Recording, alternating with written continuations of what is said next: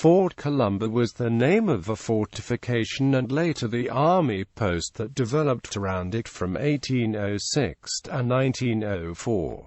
Located on Governor's Island in New York Harbor, a half-mile from Lower Manhattan. It was initially constructed by the state of New York as Fort J about 1794 and named in honor of New York Governor, later Secretary of State and Chief Justice of the United States, John Jay. With the election of Thomas Jefferson as president in 1800, there was a shift of power from the Federalists, of which Jay was a prominent member, to the Democratic-Republican Party. Jefferson's party objected to the negotiations of John Jay.With Britain, which resulted in the Jay Treaty of 1794, which resolved outstanding issues from the American Revolution. In 1806, under the direction of Jonathan Williams, chief of the United States Army Corps of Engineers, then Fort Jay was reconstructed and enlarged with granite and brick walls.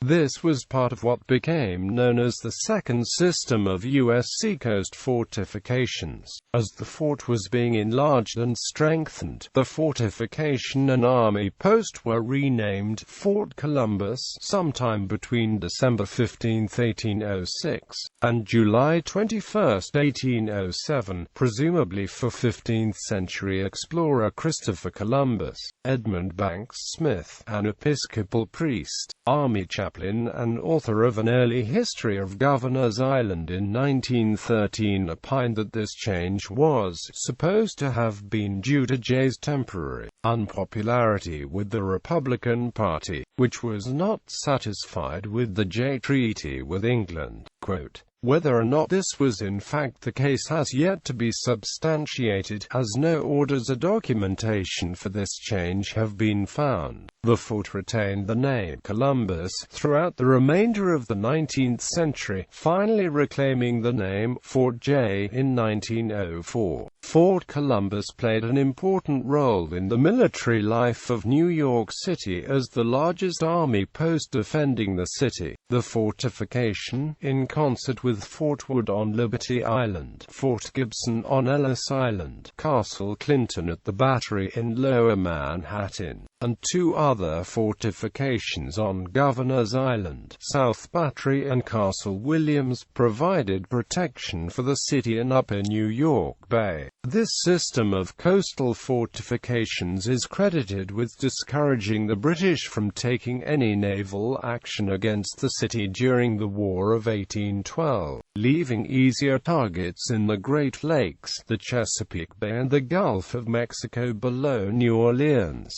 Peacetime role. In subsequent years, Fort Wadsworth, Fort Hamilton and Fort Lafayette at the Narrows of New York Harbor reduced the need for the upper harbor forts, and in time, the Army transferred most properties in upper New York Bay to other federal agencies or sold them to the state of New York. Fort Columbus, however, possessed 68 acres, a sufficient land mass for a modest garrison at a reasonable proximity from Manhattan, making it the most practical of the War of 1812-era forts for the Army to retain and continue to garrison. Personnel stationed at Fort Columbus began to record meteorological observations in the 1820s. As the closest major Army post to the United States Military Academy at West Point, New York, Fort Columbus for many years served as a first posting or a major departure point for newly graduated cadets shipping to Army posts along the Atlantic or Pacific coasts. Many future generals in the Civil War were posted to a pass through Fort Columbus as young junior officers. They included Abner Doubleday, Ulysses S. Grant, Robert E. Lee, Joseph E. Johnston, John Bell Hood, Theophilus H. Holmes, Thomas Jackson, Henry Wager Halleck, James B. McPherson, John G. Barnard and others. In the 1830s, the protective value of Fort Columbus diminished with the advance of weapons technology, but other uses evolved for the Army post. The Army renovated the fortification beginning in 1833 with the construction of 4 barracks that remain to the present day. The same year, the Ordnance Department established the New York Arsenal as a separate installation, adjacent to but not part of Fort Columbus, as a major depot taking delivery of contracted manufactured arms and weapons and distributing both contract and federally manufactured weapons to Army posts across the nation. The Army located its general recruiting service for infantry troops at Fort Columbus, Indiana, November 1852, and many regiments in the Army detail officers to Fort Columbus on recruiting details. In 1836, South Battery became the Army School of Music practice, training young boys to become company drummers and fife players and regimental musicians.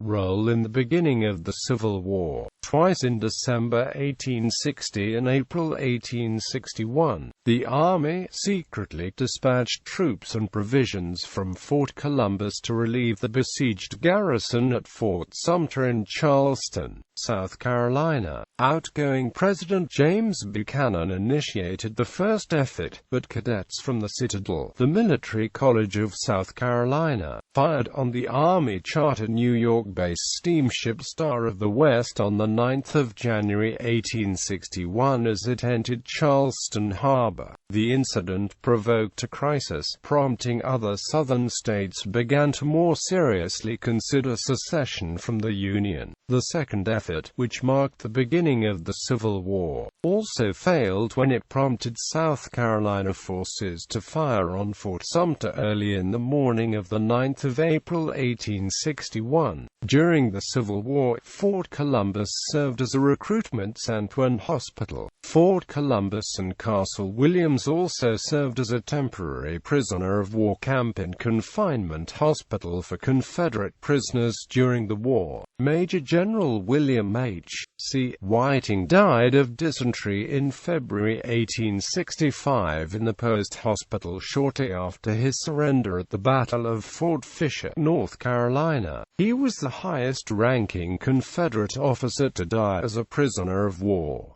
Division and departmental headquarters. In the years after the American Civil War, New York Arsenal served as a major center for disposing of surplus and excess cannons and munitions for war memorials in national cemeteries and, for municipalities, scrap or sale to foreign governments. In 1878, as part of a service-wide cost-cutting effort, the United States Army relocated many of its administrative functions from rented quarters in large urban centers to neighboring Army posts. In New York City, nearly all Army functions in the city were relocated to Governor's Island, making Fort Columbus the headquarters for the Division of the Atlantic and later the Department of the East. Both commands then included almost all Army activities east of the Mississippi River. The prestige of a command at Fort Columbus as a premier posting ranked second only to high-ranking Army positions in Washington, D.C., and many commanders went on to become commanding general of the United States Army. Its departmental commanders from the 1880s to the 1900s included Winfield Scott Hancock, Wesley Merritt, Olive Haro, Howard Nelson Miles, Arthur MacArthur, and other combat commanders in the Civil War, the Indian Wars, and the Spanish-American War.